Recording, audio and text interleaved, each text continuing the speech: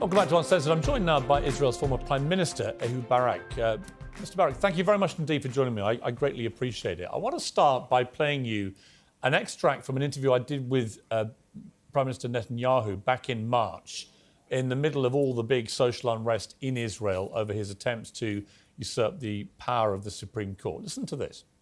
We don't believe in collective punishment. I go after the terrorists, I go after those who support the terrorists, but I don't believe in collective punishment.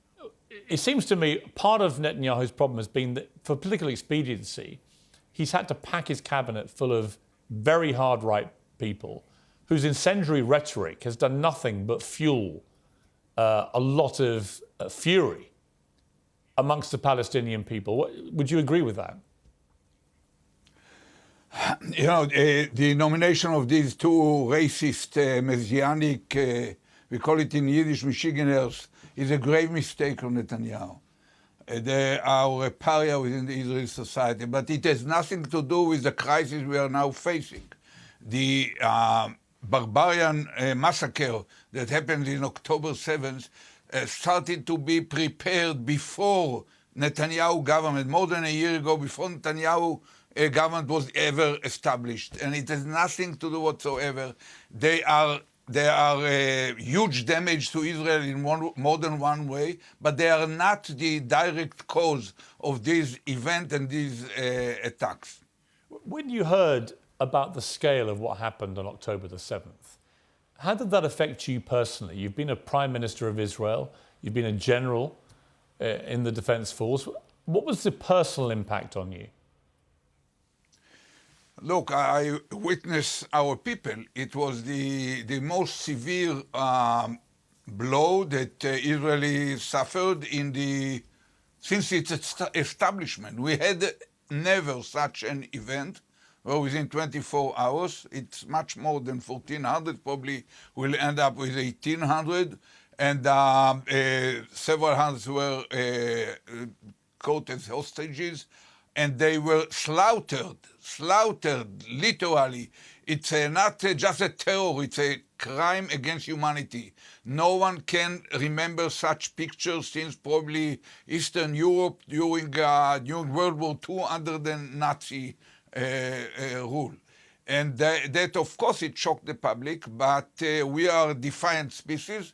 We know how to unite when we face an external threat. We are united. We mobilize over 300,000 reservists to make sure there is enough force to avoid any kind of further surprise and to be able to have a major offensive in the Gaza Strip. We got support from the whole world. Prime Minister Sunak is now in Israel, but Biden was there yesterday. Aircraft carrier is closing even some British vessels, and we enjoy a lot of support. And the third element, which is very important, in a way, it's not just a failure of the intelligence, a failure of the operational side, and in spite of heroic response of the soldiers on the ground, it's still a major failure of our defense system, but it's also a major failure of the political level, and basically they lost the trust of the people, and both the government and in a way the military. And an important step was the creation some 4 days ago of a war cabinet made of Netanyahu and other 4 people. 2 of them were added from the opposition leaders, Gantz and Eisenkot. They both are career generals before they turned into politicians. Both were commanders of the armed forces of Israel, and both are very responsible, cool-headed, balanced people. So in a way, their joining the war cabinet make more citizens, including myself, more quiet about the decisions that might come out and translated by the armed forces into action. If this attack had happened on your watch as Prime Minister, would you have resigned? It depends to what extent I would feel the situation. I don't want to answer it right now because there is the question, of course, on the air in regard to Netanyahu. I think that now we have to focus first and foremost on response. We have to do something. No modern state can afford having it. You mentioned earlier 9/11. Yeah. You think in the terms of the population, it's like Americans having 9/11 with 50,000 people killed, not 3,500. So it's a major blow. We have now to focus. We have to eradicate any military capability of the Hamas. But here this is is the a problem, demanding enough job. Mr. Barak, let me just jump in there because the Geneva Convention outlaws collective punishment. Prime Minister Netanyahu, when I interviewed him back in March, said he did not believe in collective punishment and he wouldn't exercise collective punishment in the way he dealt with Palestinians. But many would argue, including my previous guest Hassan Piker, that the fact that 3,500 Palestinians have already been killed in the last 10 days, since October the 7th, does constitute a form of collective punishment. How do you go after Hamas, given that they are living amongst the civilian population in Gaza, without exercising a collective punishment? Are we not seeing that now? Israel is committed to the international law. No Israeli commander ever get an order to a pilot to launch a bomb on a hospital. That's a crazy idea, and we can later on talk about it. So we are basically committed to it. It's a major constraint on our operation. The right way is to warn everyone. We cannot afford not acting against the Hamas.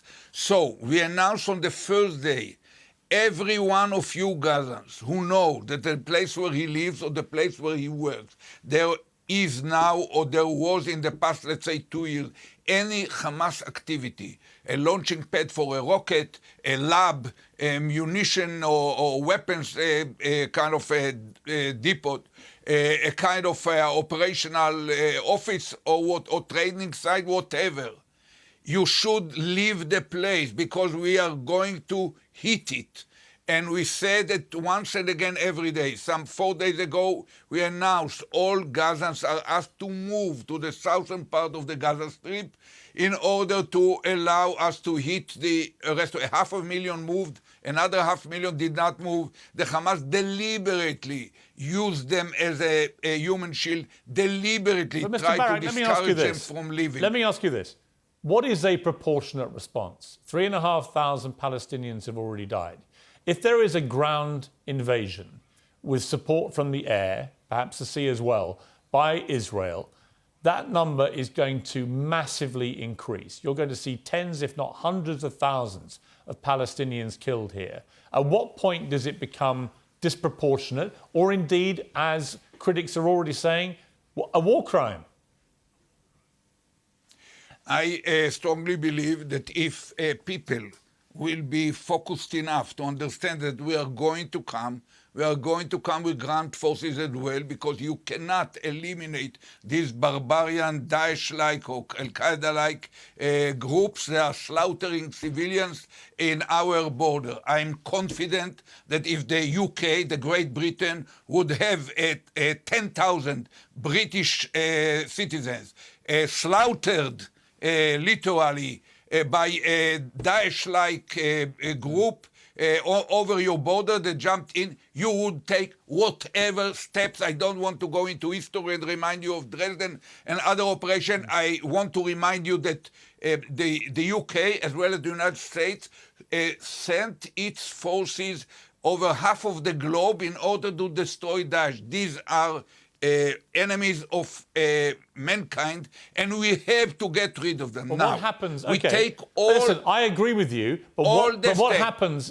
Mr. Barak? What happens? No, you cannot. Sorry, look, Piers, you cannot ask me why the citizens of Gaza are not leaving the places where we announced them days ahead of time. We are going to go there. It will be tough. We will use fire because we had to get rid of the physical. Well, it may be, Mr. Barak. Let me put it to you. It may be because this is their home. These are their houses. This is where all their possessions are. It may be that they think to themselves, why should I leave my home? I'm not responsible for what Hamas did. Why am I going to face being killed because of it? If you or me would have faced the choice whether to be killed as a result of staying there or leaving it and stay alive, I would at least, I know that I would have lived. And they have the right to live, they have the opportunity to live. Where are they going to go, Mr. Barak? I mean, let me ask you, where are all these Palestinian people going to end up? Where will they live? Where will their homes be? Don't ask me how it will end up. Once they leave, they move to the southern part of the Gaza Strip. There is enough place for them. We are not going to operate for 10 years. It might take several weeks or probably 2 months if there are more people inside it. We will fight Hamas. We will eradicate their infrastructure and their capability of repeat this crime. Israel cannot afford having Hamas attacking us in this way again, and I am confident that any elected government of any country on earth would have done the same. And it's not inevitable that they will kill en masse. They can leave. They can leave now when we're speaking. They can leave tomorrow. They can leave next day. It's not coming within a few hours. But you cannot blame us for the fact that Hamas coerced people to stay as their human shield. You will end up with impunity to a kind of a Daesh-like terrorist because they always can in handgun hand some people, including the hostages, I might say, as a kind of human shield for them. And that will paralyze humanity from being able to struggle, which is its worst enemies. And we are not going to stop it. I'm confident that we are doing our best.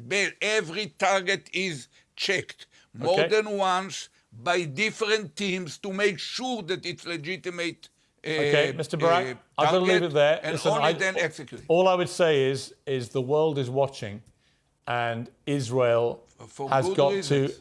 I believe in Israel's right to defense, but there is going to be a tipping point if Israel is not careful. If too many Palestinian civilians are slaughtered in revenge for what happened October the 7th, the world's mood will change, and that will be a dangerous moment for Israel and for the world. But listen, we'll have to see what happens, and I realise you're Piers, not the person in charge. I have one remark to make. We heard the same from the Americans. Even without this advice, which I fully respect, we are doing it anyhow. We fully understand. We have several constraints on the operation. One is the hostages. The second is the risk that it will spread to the north and become a regional war. The third one is the question to whom we will pass the torch. Once we cleaned the area from Hamas, we are not going to stay there for. We need some player to take it. Let's think of Arab multinational force that take responsibility for 3 or 6 months and bring the original recognized owner of the place, which is the Palestinian Authority, or any other variation on this. And the last sincere constraint is the international law. We fully understand that this universal support of Israel will erode as the number of collateral damage, which happen to be, it's a kind of vague definition. It's basically people who are innocent and are killed. We don't like to kill people who are innocent. I understand but that, we understand Mr. Barak, that the legitimacy erodes. I have to leave it there. I understand that, but this collective punishment issue, if it looks more and more like that is what is happening, that will be a breach of the Geneva Convention. So we're going to have to wait and see how this all plays out. Prime Minister, I have to leave it there. I'm sorry. I do appreciate. We won't. I understand. We won't break the Geneva Convention. I would hope that would not be the case. Ehud, Barak, I really appreciate you joining me. Thank you very much. Thank you.